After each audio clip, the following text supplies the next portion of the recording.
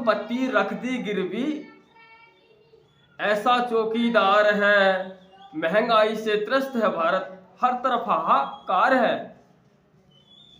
सब संपत्ति रख दी गिरवी, ऐसा चौकीदार है।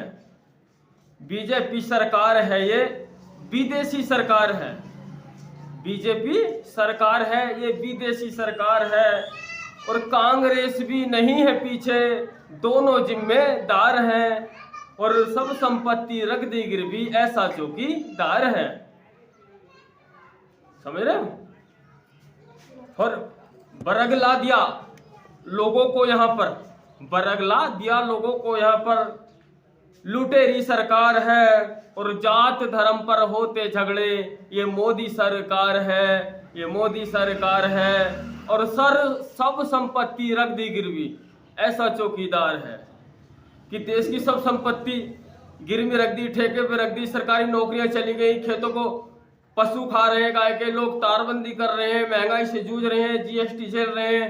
अन्य को ऐसी महंगाई बेरोजगारी छाई है देश में कि हर इंसान टूटा पड़ा है। और आप सब देख ही रहे हैं, अगर आप देहात में रहते हैं तो देखते होंगे कि खेतों को पशु कैसे चढ़ जाते हैं और कैसे लोग अपने खेतों की तारबंदी करते हैं। और आज किसान, मजदूर और युवा, यानी हर वर्ग टूट रहा है, महंगाई से जूझ रहा है और तरस रहा है रोटियों के लिए।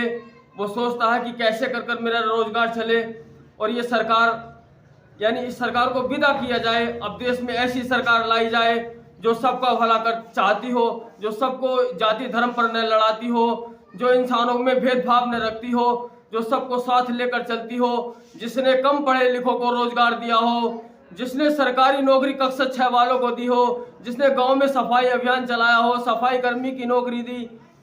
यानी कम पढ़े लिखों को गांव में सफाई करने आते सरकारी नौकर, उनकी तनख्वाह आज 30,000, वो भी सरकारी। और गांव का निर्माण हुआ, यानी सफाई, यानी गांव में सीसी रोड का कार्य हुआ। हमारे गांव में सीसी रोड का कार्य हुआ। और ऐसा हुआ, अगर आप आकर देखोगे तो कहोगे कि हाँ अम्बेडकर नगर है ये। और जब से वो सरकार चली गई 2007 से 12 के बाद, वो सब दूसरी सरकार आ गई, फिर हमारे गांव का विकास नहीं हुआ। और वैसे भी आप हमारे गांव का सर्वे करा सकते हैं। हमारे गांव में हिंदू, मुस्लिम, सिख, ईसाई अनेकों जातियों में जीने वाले लोग एक ही पंडाल में बैठकर खाना खा लेते हैं, एक दूसरे के घर आते जाते हैं या रिश्तेदारी में जाते हैं, सब काम करते हैं। फिर भी मगर लोग आज बेरोजगारी झेल लें, दुनिया भर की चीजें झेल लें और चाहते हैं कि सरकार को बदल दिया जाए, फिर वही सरकार लाई जाए जो उत्तर प्रदेश में 2007 से लेकर 12 तक चली मजबूत सरकार, जिसने हर इंसान को ऊपर उठाने का काम किया हो। जैसे कि जाटों के लिए किसानों यानी गन्ने का रेट बहन जी ने अपनी सरकार के रहते हुए 80 रुपये बढ़ाया और उससे किसानों को अच्छी आय हुई और उनके जंगलों में उन्होंने कोठी बंगले बना दिए। हम चाहते हैं कि देश में ऐसी सरकार हो जहां शेर और बकरी एक घाट पर पानी पीते हो। और उसी के साथ बहन जी के लिए भी मैंने 2 पंक्तियां लिखी हैं।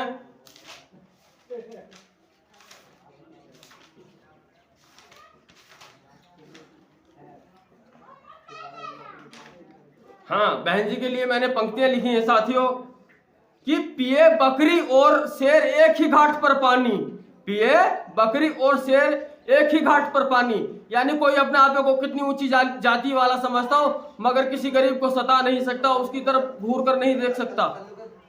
पिए बकरी और शेर एक ही घाट पर पानी, ऐसा शासन चलाना है हमें, ऐसा शासन चलाना है कि सब मिलजुल कर रहे, सब आपस में एक दूसरे के साथ भाईचारा बनाएं। शासन ऐसा चलाना है, रोजगार सबको दिलाना है। यानी जैसे सफाई कर्मी की नौकरी, पुलिस की नौकरी और अध्यापकों की नौकरी, यानी बिना रिश्वत के सब नौकरियां मिली। हमें ऐसा शासन चलाना है। चले मिलकर गले हम सब, समाज समता मूलक बनाना है। यानी सब मिलजुल कर चले, सब एक दूसरे पर कोई वार न करे, कमजोर जानकर कोई किसी को न सताए। हमको ऐसी सरकार लानी है। हमें संविधान बचाना है, हमें संविधान बचाना है, सभी को साथ आना है, तभी हम इस देश को सुरक्षित पा सकते हैं। अन्यथा इस देश को कोई नहीं बचा सकता। फिर से गुलामी आ जाएगी अगर 24 में ये सरकार आई तो।